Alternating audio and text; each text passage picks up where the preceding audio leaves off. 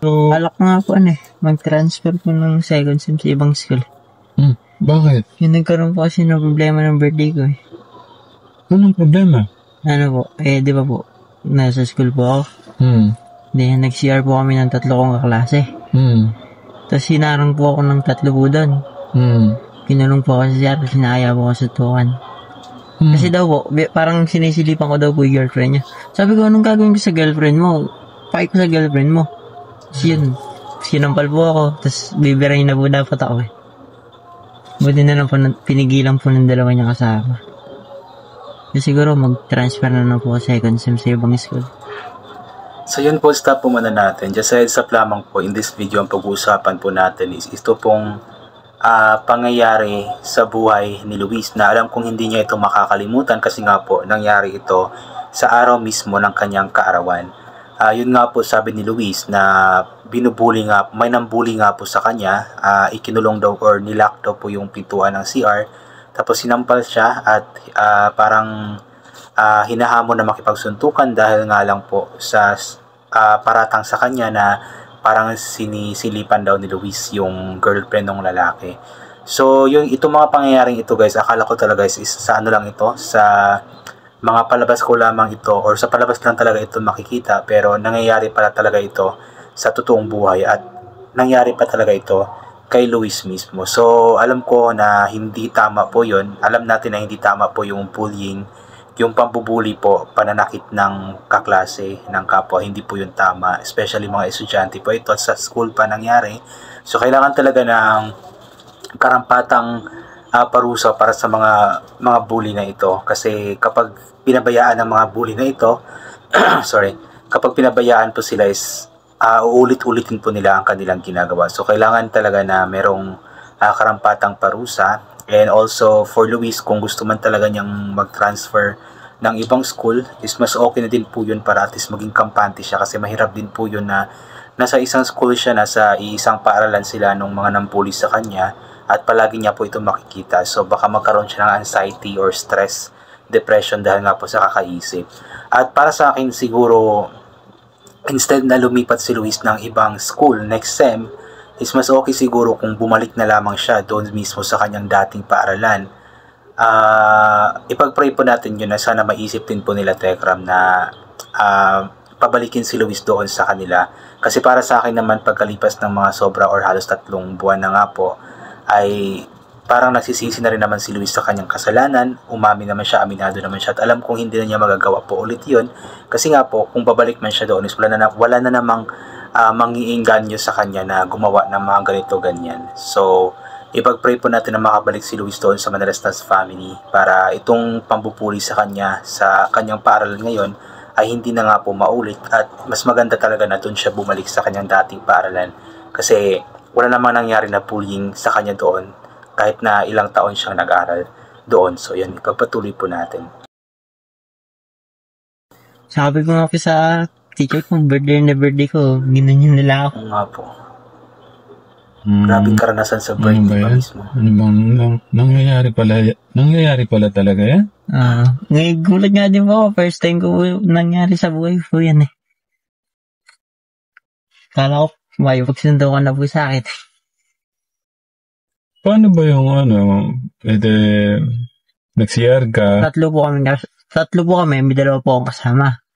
Tapos 3 din po sila. Tapos pagkatapos po sumiyan ng 2 ko, ako naman po yung nag-CR kasi 2 lang po yung CR doon. Nung paglabas po ng kasama ko, pumasok po yung 3. Sinarado po yung pinto. Doon po, narang po ako. So parang inabangan or sinundan talaga siya sa CR. So plano talaga nila na siguro takutin or saktan talaga si Luis, kasi sinampal daw po talaga si Luis So hindi po yun tama, as po yun, physical bullying po yun, at malaki pong parusa para sa mga taong nanggaganon, especially bata po ito. Kaso nga lang, bata din po yung or minor din po yung nag-ano sa kanya, so at least mapag-usapan ito ng maayos. Sinaraduhan ka ng pinto? Doon po sila sa loob, tapos naamon ko kasutukan. Tapos birthday mo yun? Oo. Anong naramdaman mo, kuya? Di ko kinakabahan po ako nun. Sabi ko, di naman ako naipag... Kaba, hindi galit. Hindi naman po. Okay. Sabi Buti ko, naman. di naman po ako naipagganto, tas nangyari sa akin. Buti ka ba lang? Hindi naman galit. Kala ko baka galit kasi gusto mo ng di ba? Di po. Kinakabahan po ako, baka mangyari po yung nangyari po dyan. Anong nangyari pa? Yung nakaraan po kasi meron pong binaril dyan. Estudyante? Po. Parang magjowa po. Tapos yung babae po, naghiwalay po sila. Tapos yun, binaril po ng ex niya. Parehas po silang namatay. So yun pong ibinalita sa TV po, yung daw po, yung dating magjowa, mag-ex po, binaril po ng lalaki yung babae. Tapos nagbaril siya sa kanyang sarili yung lalaki, tapos pareho silang namatay nga po dahil sa selos lang. So yun, nakakatakot po yun. At yun nga po ang ikinatakot ni Luis na baka mangyari sa kanya iyon. Kaya gusto talaga niyang lumipat or mag-transfer ng school para at least magkampante po yung kanyang pag-iisip. Dahil po sa selos, binaril po. Katakot yun. Yan lang po sa tapat po ng school namin nung nakaraan na po. Bani lang po. Saan mo sana plano mag-transfer? Hindi ko nga po alam, paano po kayo mami? Ayoko naman po kasi yun, ano na po nangyari. Nabully po pala siya, kinulong po siya sa CR. Ayun na. Birthday po niya mismo, kinulong po siya. Sinong bumuli sa'yo, Luis? School po, sa school po. Na-stress nga po ako eh. Bakit ganun yung mga estudyante? Hindi ko nga po in-expect na ganun. Akala ko po noong una, binibiro lang po ako. Sinampal po ako bigla, nakambahan na po ako. Tapos sinampal pa pala siya, ninang. Naku, Diyos ko. Hindi ka nagsumbong doon.